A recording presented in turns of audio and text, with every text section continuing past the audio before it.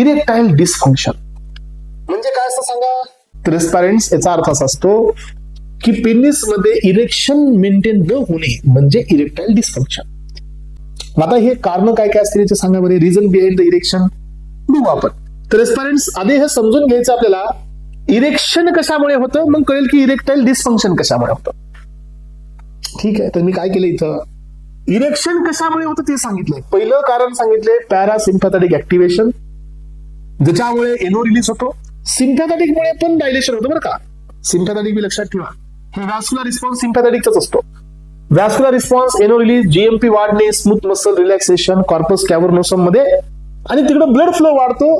Hormonal मुळे पण या ठिकाणी लक्षात ठेवा टेस्टोस्टेरॉन मेंटेन द लिबिडो आणि पेनिस टिश्यूची हेल्थ. याचा अर्थ काय मी तुम्हाला थोडस या ठिकाणी दाखवतो एस्पेरेंट्स या डायग्राम मध्ये, कारण तुम्हाला हे पॉइंट कळाला तर समजेल, नाही तर नाही समजणार आहे. हे बघा माझ्यासमोर या ठिकाणी.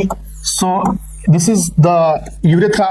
हे असतो तुमच्या मसल्स, हे असतात ब्लड वेसल्स राईट. इथं अशा प्रकारे या ठिकाणी स्पॉन्जिओसम असते, हे कॉर्पोरा कॅव्हर्नोसमच्या टिश्यूज असतात. मग आता ह्या ब्लड वेसल जेवढ्या नॅरो तेवढं इरेक्शन येणार नाही. मग काय होतं पॅरासिम्पॅथॅटिक ऍक्टिव्हेशन होतं M3 हा जर ब्लड वेसल वरती असेल तर आपण काय दिलं एनो रिलीज डायलेशन. तसंच सिम्पॅथॅटिक सिस्टम ऍक्टिव्हेट करते इथं असतं बीटा 2 पण काय दाखवतो डायलेशन. नायट्रेट्स काय दाखवतात नायट्रेट्स हे बी काय दाखवतात एनो रिलीज काय म्हणतं डायलेशन. त्याच्यामुळे काय होतं की ब्लड वेसल ही अशी मोठी होते. मग इकडं ब्लड फ्लो वाढतो आणि ब्लड फ्लो वाढल्यामुळे इरेक्शन येतं पेनिस मध्ये. कळालं का एनो release sympathetic parasympathetic system erection साठी रिस्पॉन्सिबल आहे. नायट्रेट पण याला रिस्पॉन्सिबल आहे. येस इकडे ब्लड फ्लो वाढतो आणि विल गेट द इरेक्शन. मग आता पहा स्पेरेंट्स झालं काय बघा. पॅरासिम्पॅथॅटिक मुळे इरेक्शन आहे, व्हॅस्क्युलर एनो रिलीज स्मूथ मसल डायलेशन मुळे पण इरेक्शन आहे, टेस्टोस्टेरॉन मुळे पण इरेक्शन आहे, सिम्पॅथॅटिक मुळे पण इरेक्शन आहे. इथं दिलं नाही पण आहे. मग आता इरेक्टाईल डिस्फंक्शन कशामुळे झालं सांगा.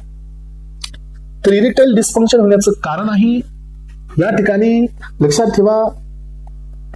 इरेक्टाईल डिस्फंक्शन होण्याचं कारण आहे की जे तुमचा या ठिकाणी ही बीटा 2 चा जो इफेक्ट होता. सो एनो रिलीज होता. एनो रिलीज मध्ये आपण काय केलं सायक्लिक जीएमपी वाढवला होता. याला जीटीबी पासून तयार कोण केलं तर जीसीनी केलं. मग सायक्लिक जीएमपी डायलेशन करत होता राईट.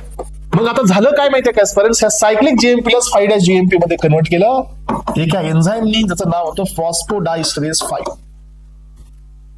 हे झालं प्रॉब्लेम. आलं लक्षात. हे झाला प्रॉब्लेम. मग ज्याच्यामुळे काय झालं की डायलेशनच्या जागी काय मिळालं आपल्याला कॉन्ट्रॅक्शन आणि इरेक्टाईल डिस्फंक्शन झालं. हे बघा एनो रिलीज हे सायक्लिक जीएमपी ची बदलत असतो. मग सायक्लिक जीएमपी नाही राहिला तर ना रहेगा बास न बजे की बासरी म्हणण्यासारखं होणार. इथं काय झालं सांगा की FeD5 ने याला मेटाबोलाइज केला. त्याच्यामुळे हे डायलेशन जागी काय मिळालं कॉन्ट्रॅक्शन.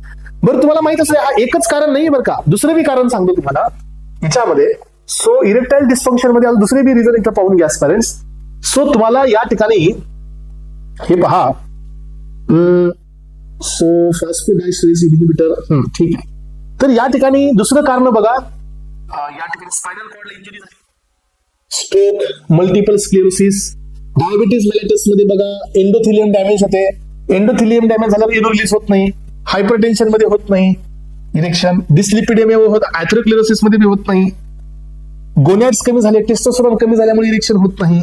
हायपर प्रोलॅक्टिनिमिया म्हणजे प्रोलॅक्टिन जास्त झाल्यामुळे पण इरेक्शन होत नाही. थायरॉइडचे डिसऑर्डर झाल्यामुळे बी इरेक्शन होत नाही. एन्झायटी, डिप्रेशन, परफॉर्मन्स एन्झायटी याच्यामुळे पण इरेक्शन होत नाही. हे सगळे रिझन्स आहेत इरेक्टाईल डिस्फंक्शनचे. ह्या सगळ्यांमुळे इरेक्शन होत नाही. काही ड्रग्स बी असतात बीटा ब्लॉकरमुळे इरेक्शन होत नाही. थायझाइड्समुळे, SSRI selective serotonin reuptake inhibitor याच्यामुळे इरेक्शन होत नाही. अँटी एंड्रोजन्स इस्ट्रोजनचे अँटागोनिस्ट दिल्यामुळे पण इरेक्शन होत नाही. तर या सगळ्यांमुळे काय झालं इरेक्टाईल डिस्फंक्शन झालेलं आहे. मग आता आपल्याला काय करायचं सांगायचं पेरेंट्स, हे आपल्याला ट्रीट करायचं तर सगळ्यात पहिल्यांदा काय द्या टेस्टोस्टेरॉन देऊन टाका. सगळ्यात पहिली थेरपी काय करा टेस्टोस्टेरॉन देऊन टाका डायरेक्टली. टेस्टोस्टेरॉन थेरपी द्या, पॅरेंट्रल, ट्रान्सडर्मल द्या, जेल द्या, इम्प्लांट करा आणि लिबिडो रिस्टोर करा. दुसरी थेरपी काय द्या फॉस्फोडायस्टरेज 5 इनहिबिटर करा. ही याच्यातील सगळ्यात मेन थेरपी आहे. म्हणून हे डीआयला आलेली आहे बघा 13, 17, 20 आणि 24 किती क्वेश्चन्स आहेत डीआय करते. आहे की नाही महत्वाचं. फर्स्ट लाईन थेरपी आहे. एक्झाम्पल सिल्डेनाफिल, टेडेलाफिल, वर्डेनाफिल, अवेनाफिल एवढे आहेत. यांचं काम आहे की फॉस्फोडायस्ट्रेस 5 ला इनिबिट करणे, सायक्लिक जीएमपी वाढवणे, रिलॅक्सेशन करणे, डायलेशन करणे. पण एस्पायरंट ह्यांना तुम्हाला नायट्रेट सोबत द्यायचं नाहीये, कारण नायट्रेट सोबत जर दिले ना काय होईल, हायपोटेन्शन सिव्हिअरला जाईल आणि डेथ होईल. कारण नायट्रेट बी कोण आहे, डायलेटर आहेत. हे बी कोण झाले, डायलेटर आहे. तर एस्पायरंट याचा यूज आहे पल्मोनरी आर्टरी आणि सिस्टमिक हायपरटेन्शन मध्ये याचा वापर आहे. सो अदर ड्रग आपण कोण देऊ शकतो, फेंटोलामाइन हा अल्फा 1 ब्लॉकर आहे, आपला डायलेशन मिळेल. पापावरील नॉन सिलेक्टिव्ह फॉस्फोडायस्ट्रेस इनिबिटर आहे, त्याच्यावर बी डायलेशन मिळेल. प्रोस्टाग्लॅंडिन इव्हन अल्प्रोस्टॅडिल हे बी तुमचा डायलेटर आहे.